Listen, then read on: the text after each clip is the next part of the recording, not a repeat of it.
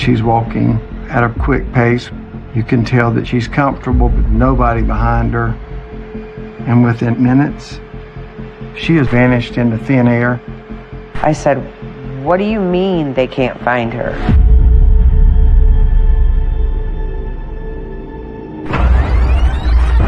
Her mother, Dawn, left Rochester for Myrtle Beach after Brittanee disappeared. Helicopters, ATVs, horseback. I saw what it was like to lose a child. I had to find my daughter, and I wasn't going to stop until I got answers.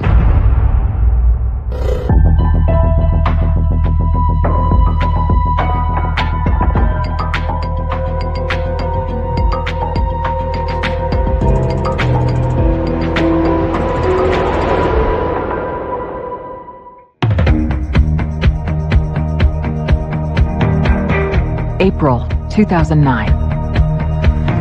Brittanee Drexel, a 17-year-old high school junior, is living life to the fullest as an outgoing young woman in her hometown of Rochester, New York. Brittanee was just an awesome kid. Very happy, carefree.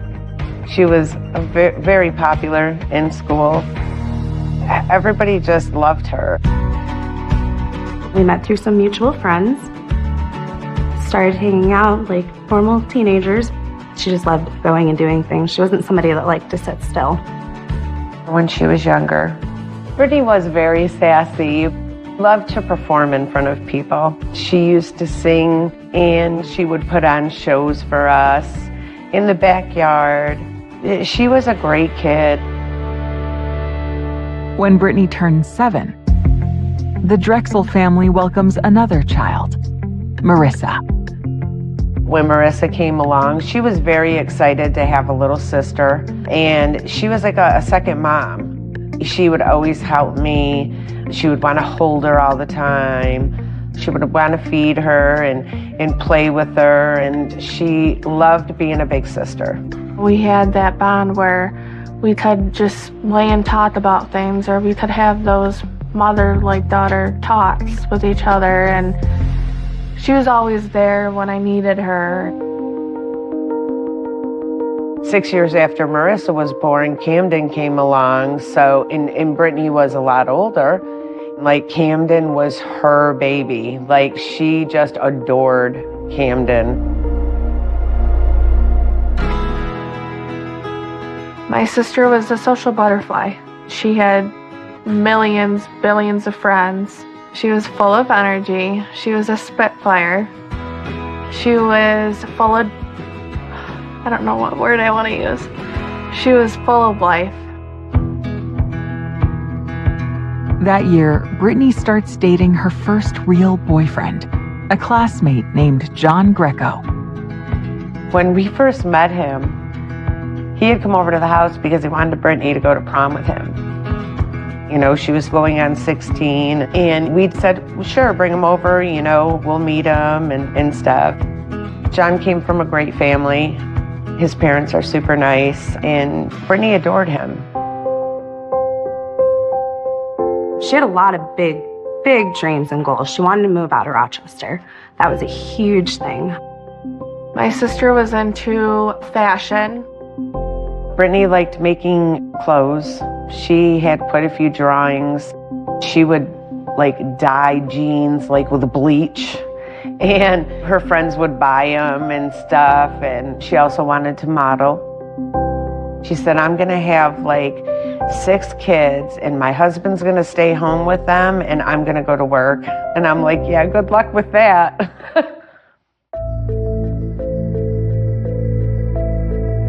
When Brittanee is in her junior year, her parents decide to divorce. It throws her into a tailspin. She was upset about the divorce going on. It hurt, and of course, as a child, you're going through emotions, and there was a lot of emotion there. It took a while for Brittanee to come down when she was angry, to come down from it. There was a lot going on at that time, and a lot of her schoolwork was falling behind, and So,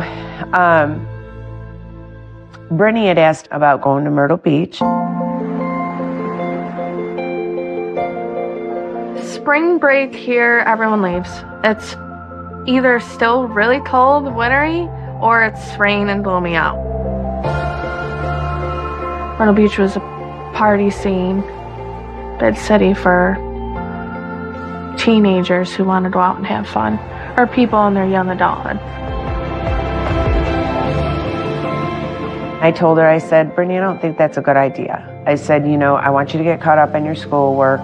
She's like, well, Mom, I want to go to Myrtle Beach. And I just told her, you're not going. And she goes, why, Mom? I said, you're not going to Myrtle Beach. I said, there's no parental supervision. I said, I don't know the kid you're going with. And I said, something's going to happen to you. And Brittanee said, Mom, nothing's going to happen to me. I'll be fine. And I said, well, Brittanee, you're not going. So about an hour later, she said, Mom, since it's my spring break, can I go stay at my friend's house? And I told her it was okay for her to stay there. On the night of April 22nd, 2009, unbeknownst to her family, Brittanee and two classmates, Alana and Jennifer, began a 13-hour drive to Myrtle Beach, South Carolina. I had called her and I said, Britt, what are you doing? And she's like, well, I'm going to go to my friend's house. We're going to watch a movie or whatever. And she says, I love you. And I told her, I said, I love you too. Me and my mom thought she was here, but in reality, she wasn't. I told her I missed her. And then I said, wait, before you hang up, I want to say goodbye. I love you one more time. It's the last time I heard her voice. With her family still none the wiser, the girls arrive at the resort town on the morning of April 23rd. But as her sister will later learn, after 2 days at the beach, Brittanee's spring break isn't going as planned. She was texting John. John couldn't go because he was working, so he had to stay back. But John knew the whole time. On Saturday evening, April 25th, Brittanee texts John that she needs a break from the girls she traveled with. The girls she went down with, I think, were a year or two older than her. And because they're girls, they're young teenage girls, and they were fighting.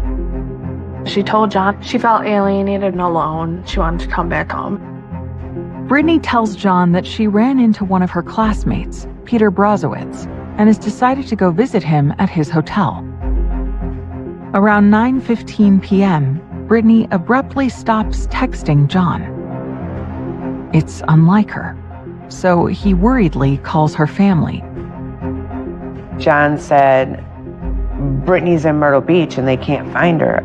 I said, what do you mean they can't find her? I was livid.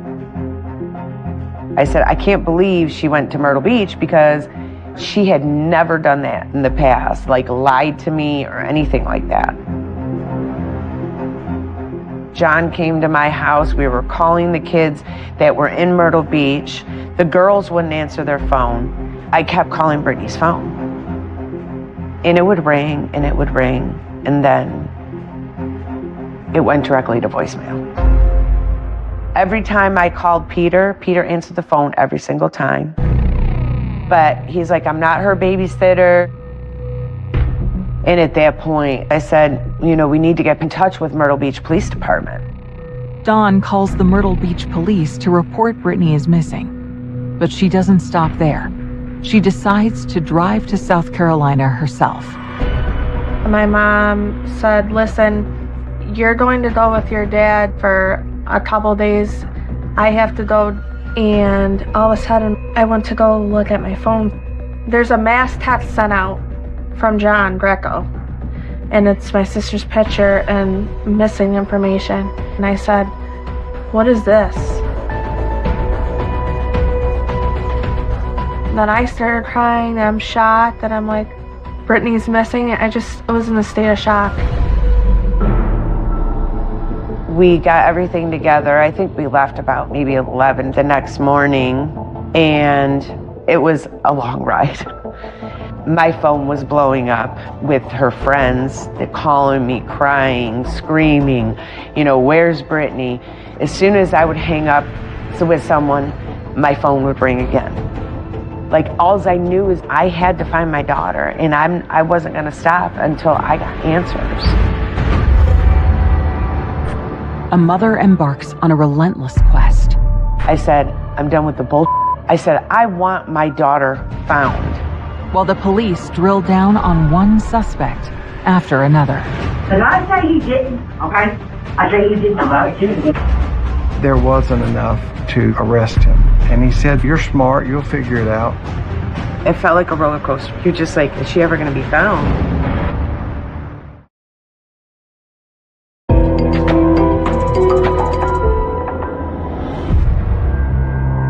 After learning that her daughter Brittanee Drexel is missing in Myrtle Beach, South Carolina, her mom, Dawn, immediately begins driving there from her home in upstate New York, 800 miles away.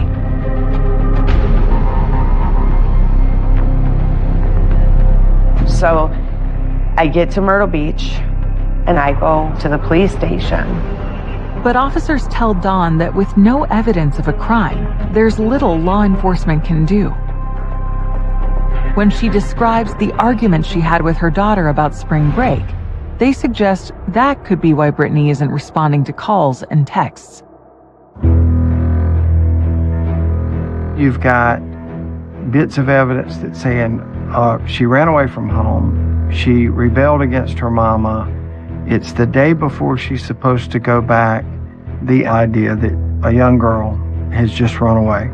But it is something that the police consider every time. My mom knew my sister was not a runaway. No matter how much bad was going on in my sister's life at that point, she knew my sister wouldn't have ran away.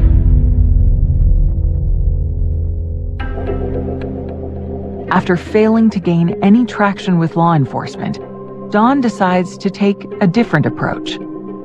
I go straight to the media. I went to Channel 13 and I said, my daughter's missing, I want to get her name and face out there. Her mother, Dawn, left Rochester for Myrtle Beach after Brittanee disappeared. To feel, that you don't know where your child is. You don't know if they're alive. You don't know if they're hurt. It's horrible. Figured I'd be able to find her, and I'd have her back in a couple days and we'd just go home. And we just started looking everywhere, like on Ocean Boulevard, and talking to people, seeing if people seen her, showed her picture, and we were putting posters up. So we did that probably for about a good solid week. As Dawn continues to search, her media efforts catch the attention of the police and spurs them to action.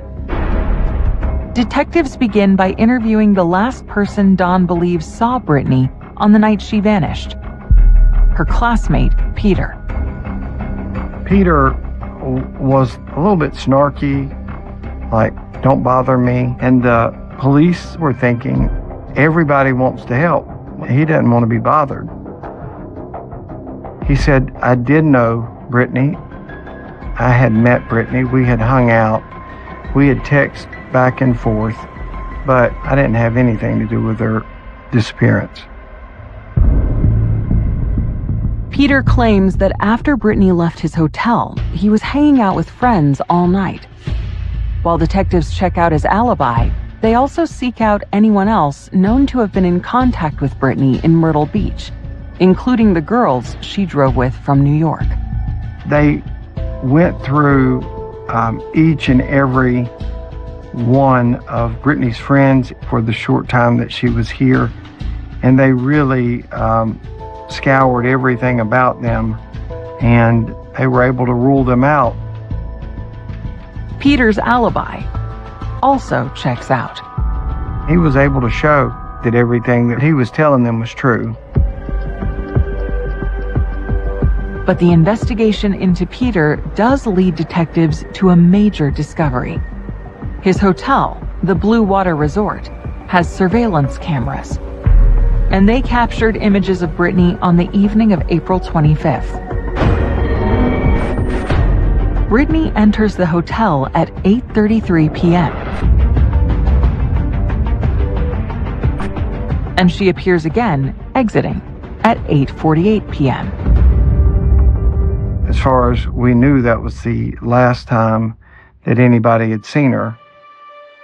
You can tell that she's walking at a fairly quick pace with nobody behind her. She's comfortable, but she's determined to get to wherever she is going.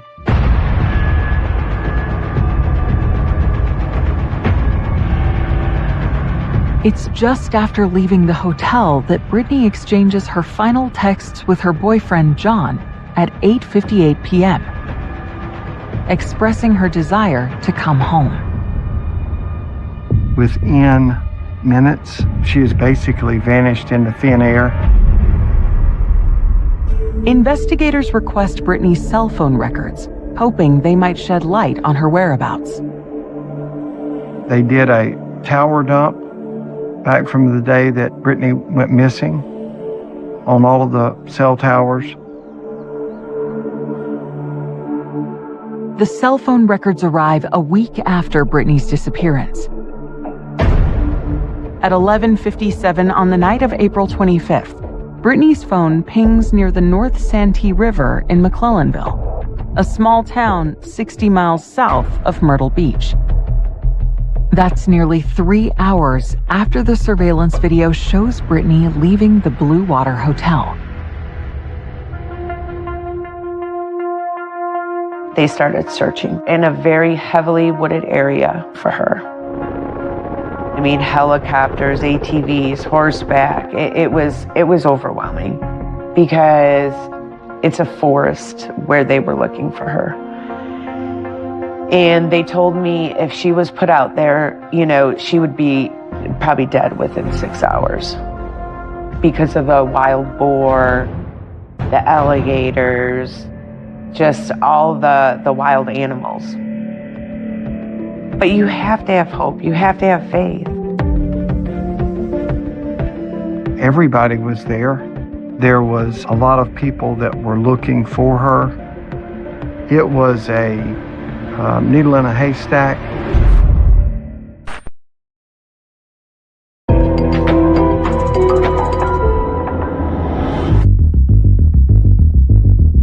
Police are searching for missing teenager Brittanee Drexel in a heavily wooded region of South Carolina, after cell phone data shows her phone pinged in the area. It's 60 miles south of Myrtle Beach, where Brittanee had snuck away for spring break. I was just in shock, and I just wanted my sister to come back home. I tried so hard just to keep thinking, maybe she's still out there. They searched and they didn't find anything.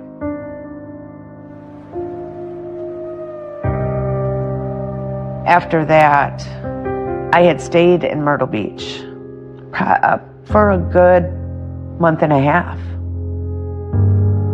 My mom was in distress. Even though there was searchers there, she just felt like she had to do it. That's her firstborn. That's her baby. She had to find her. At least know what happened. Hope is strange. I'd like to say in the beginning, it got me through.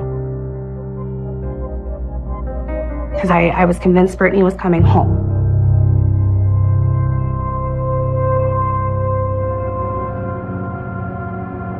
I left at the end of June, and then I went back to Rochester. But I was calling law enforcement every day. I just wanted to find my daughter. Days, weeks, months, and then years pass with no answers for Brittanee's family and friends. I felt like nothing was going on in Brittanee's case. This went on for years. I mean, you're talking, she went missing in 2009. I can tell you, the ball was dropped here.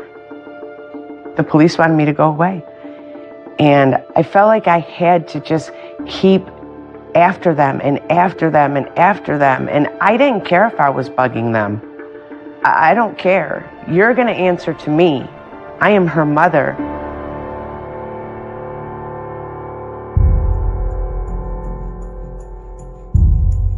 Dawn was desperate for answers. She felt like she wasn't getting cooperation from the police. Imagine trying to put yourself in the position.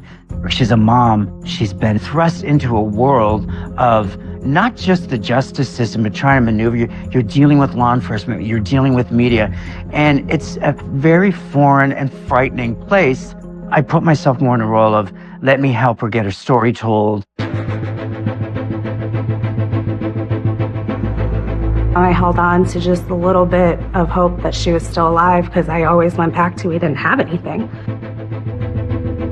Dawn Drexel wouldn't quit. She drove all of us crazy. She called me every single day since 2011. It didn't matter if it was Christmas. It didn't matter what time of day it was. And I always answered the phone. Some of my friends would say, you have no boundaries with this woman.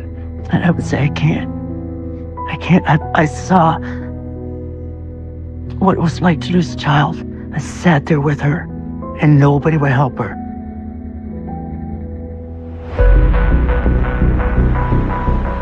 After more than 2 years with no answers, on August 1st, 2011, out of the blue, Myrtle Beach police receive a strange and stunning call from a young woman. The story she tells concerns her father, a man named Ray Moody. She said, I think my dad had something to do with Brittanee Drexel's disappearance.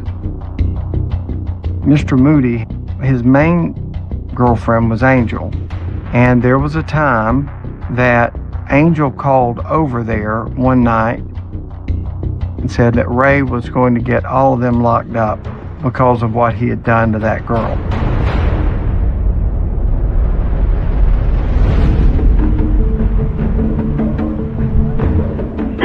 So you guys were dating at the time? Yes. Myrtle Beach police brought Angel in and talked with her about that after the kids had called.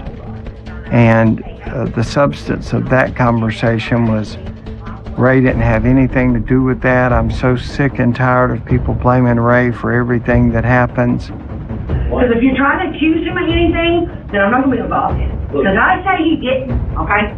I say you did not. I'm not, yeah, you are. Despite Angel's denials, police take a deeper look at Ray Moody. They were able to get a search warrant at Sunset Lodge, which is hotel / long-term rental. Raymond was staying at that area when Brittanee had gone missing. SLED crime scene technicians, with help from Myrtle Beach Police and the Georgetown County Sheriff's Office, searched an apartment at the Sunset Lodge south of Georgetown today. They were looking for anything that would tie Ray to Brittanee Drexel. They went out and talked with Ray at his cabinet shop. And they told him they were searching for Brittanee Drexel. And he said, you're smart, you'll figure it out.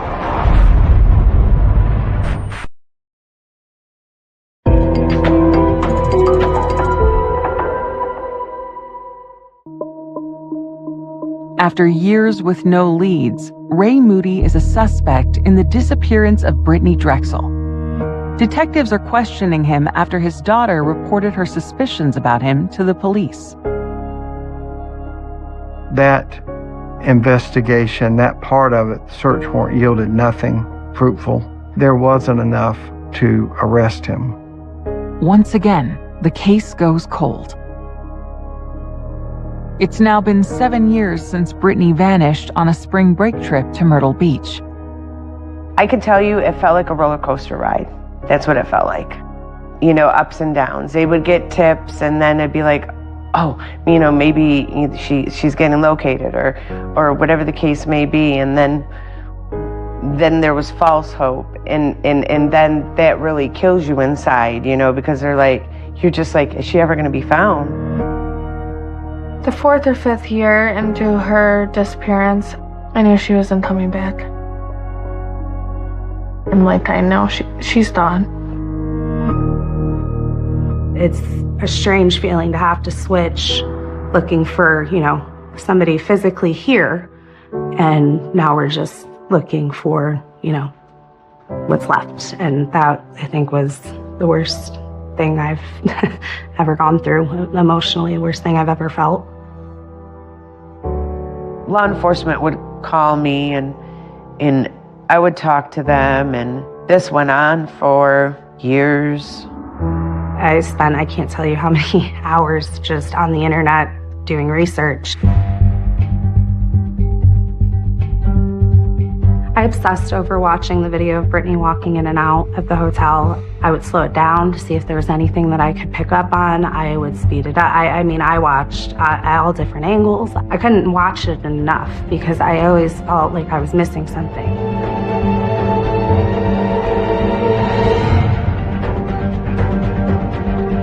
Then, in August 2016, Brittanee's mother, Dawn, gets a phone call that promises to provide the answers she's been desperate for.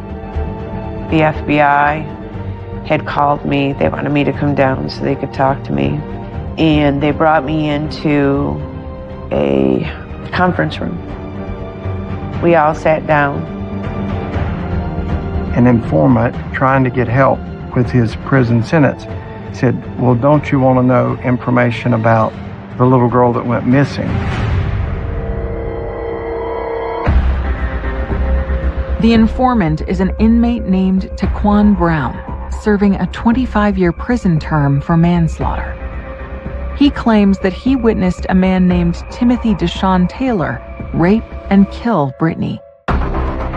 He tells the story that Brittanee Drexel had been kidnapped in Myrtle Beach, was brought to a house near McClellanville, and she had been raped and tortured and all sort of terrible stuff.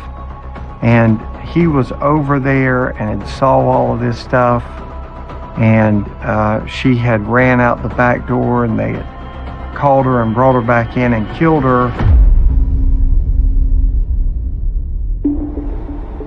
So I was just sitting there sobbing, and I couldn't even talk.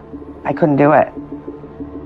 The FBI told me she tried to escape and she ran out. They went to go get her, brought her back, and then they ended up shooting her.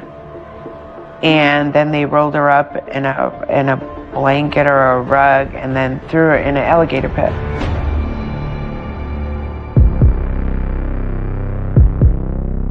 And I walked out of there and I'm like, oh my God. We always had kept hope alive that maybe Brittanee was still out there. And that really messed me up, big time. You know, having to picture that in your mind, it's just crazy. You know, to think that someone would do that with my daughter.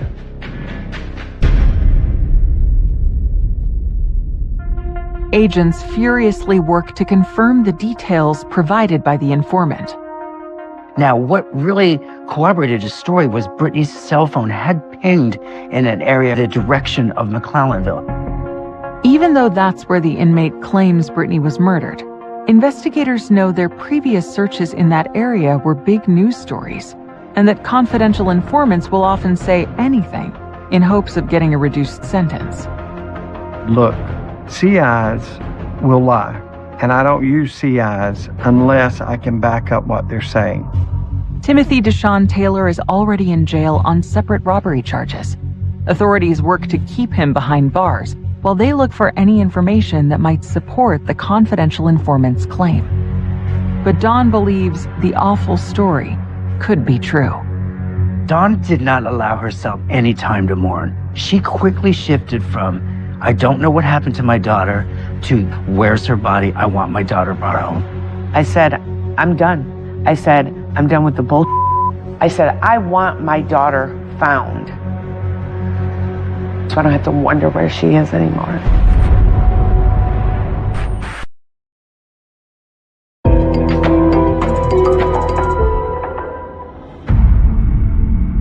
Seven years after Brittanee Drexel disappeared in Myrtle Beach, South Carolina, investigators are looking into a stunning claim by a jailhouse informant that he witnessed a man named Timothy Deshaun Taylor murder her.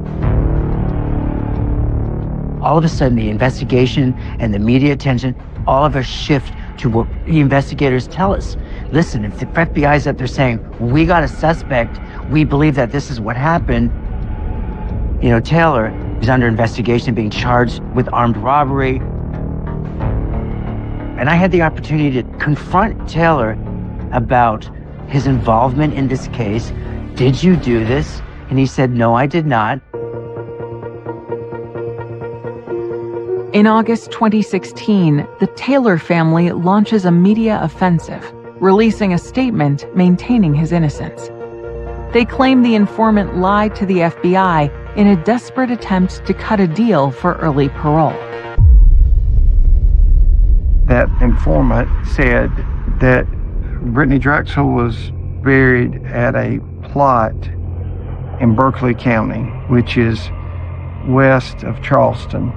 Investigators went down there, and once they start digging, that informant calls in, and he says, look, she was fed to alligators. She was not buried. Brown later came in and said, all of that was untrue. I lied. So none of that went anywhere, but there were many more like that, false leads. Police eventually cleared Timothy Deshaun Taylor of any involvement in Brittanee's disappearance. It's another emotionally draining twist for her family and friends. And by that point, I was so frustrated. I didn't really trust anybody. So after that, I was on the phone with the FBI every week. I mean, they would keep in contact with me, let me know what was going on. The FBI agents, since 2016 on, were determined to find out what happened and bring my mom that justice that she was grieving and asking for, and the justice that obviously all of us wanted. I had a meeting with the FBI and some of the law enforcement that was involved in Brittanee's case. I just felt like Brittanee's never going to be found. This is ridiculous. After that, I felt like nothing was going on in Brittanee's case. Years pass with an investigation that seems to be stalled.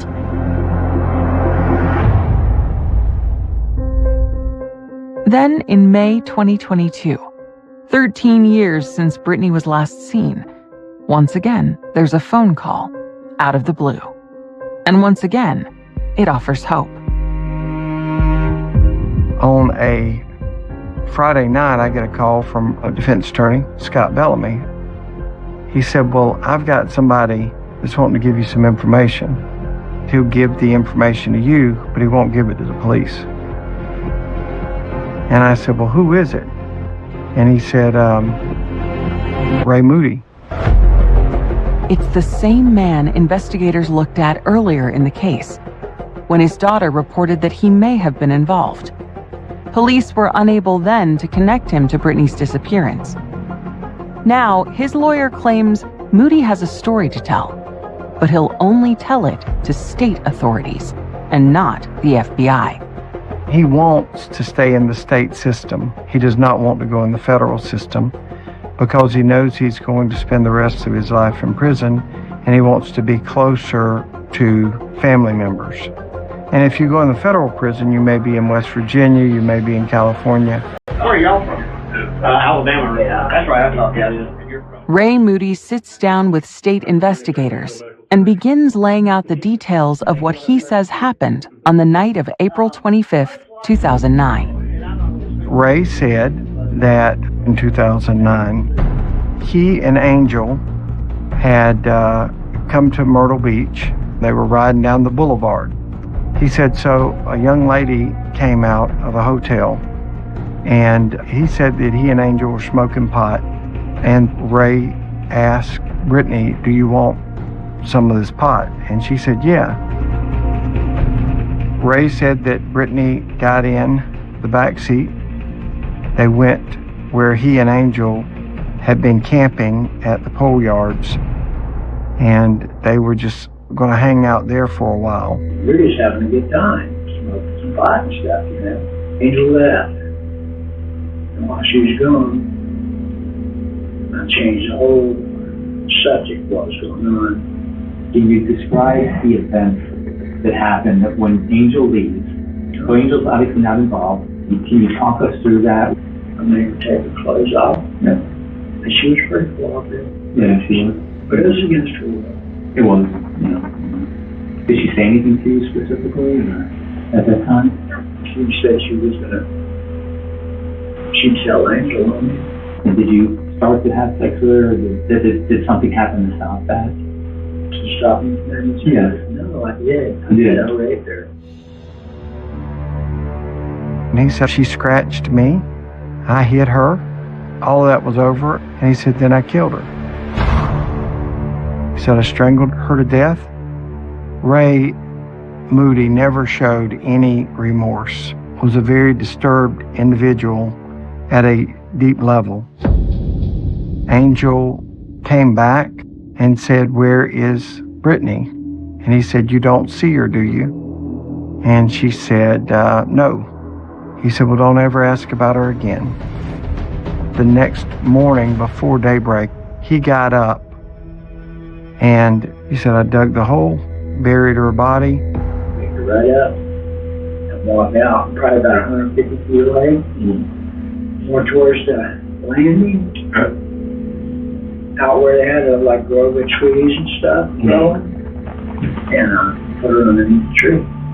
So we were like, will you take us to her body?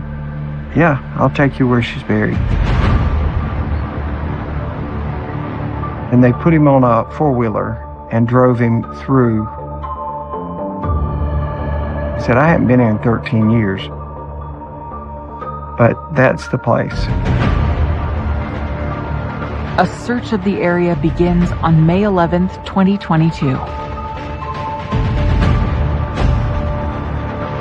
So once they start digging, there was bones, there was a nose ring, and there was one contact lens. The next day, they had her as Brittanee by her dental records, and then within 2 days, they had DNA that said that is in fact Brittanee Drexel.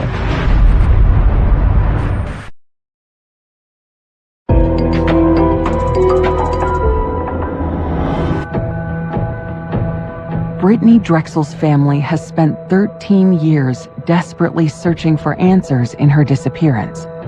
And now, with a suspect in custody, they finally have them. But their worst fears have been realized. I was so mad because Raymond Moody had been person of interest back in 2011. He's a level 3 sex offender. He shouldn't even be in Myrtle Beach with all the kids and stuff here. Okay? You've got to be kidding me. The most frustrating part of this whole investigation for me is I learned that the day after Brittanee Drexel went missing, they pulled Raymond Moody over. When you get a speeding ticket, it came up that he was a registered sex offender. He has scratches on his face. There's a missing girl in town. It doesn't take a genius to say, hey, wait a second. Maybe we should take this guy in. Maybe we should look at him. Nobody batted an eye. She was the perfect target. You know, we hear from him, oh, she wanted to party. She wanted to get in the car and smoke weed. From the friends and family that I've spoken to, Brittanee Drexel could not stand the smell of marijuana. She would not smoke marijuana. She would not even date a guy who smoked marijuana. And if Raymond Moody said that he lured her to the car with marijuana, Raymond Moody's lying. It's incomprehensible to me that this guy got away with what he got away with.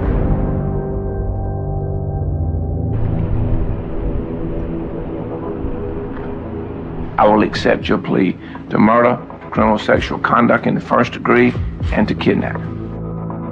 October 19th, 2022, Raymond Moody pleads guilty to murder, rape, and kidnapping.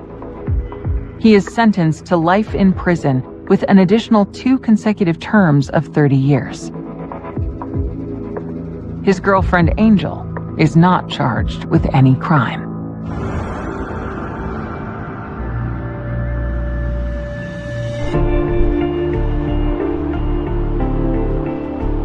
The driving force to keep this case hot was Dawn Drexel. She was hitting a lot of the same obstacles the police were, but she constantly came back into town, constantly looking, constantly calling. And even though it had to be excruciating, this is something that she has had to endure for 13 years to make sure that she got answers. And as terrible as those answers are, she stuck it out and she got them. And I don't think it would have been possible but for her persistence. She didn't allow anybody to forget about Brittanee. Dawn is a complete icon to me because I don't know how mentally, health-wise, I could have handled it. That strength from me, I think I felt like I had to find her. It was like a mission. Until we reunite with my sister, Brittanee, we will feel we got the answers we wanted, but it will never fill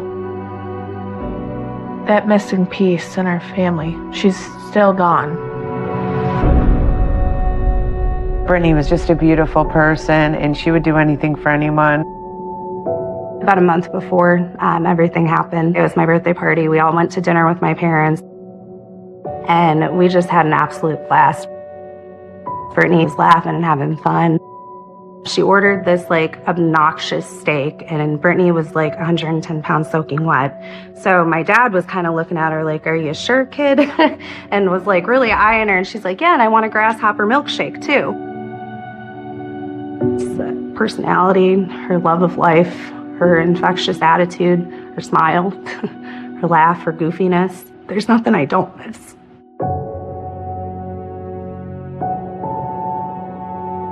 My sister was very kind and caring. She would never hurt us all.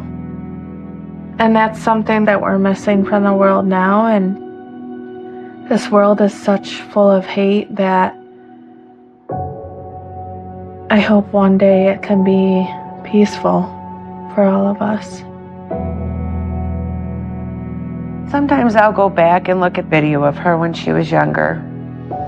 And I do look at her pictures a lot, but, her memory will always be in my heart, I'll always remember the good times I had with her.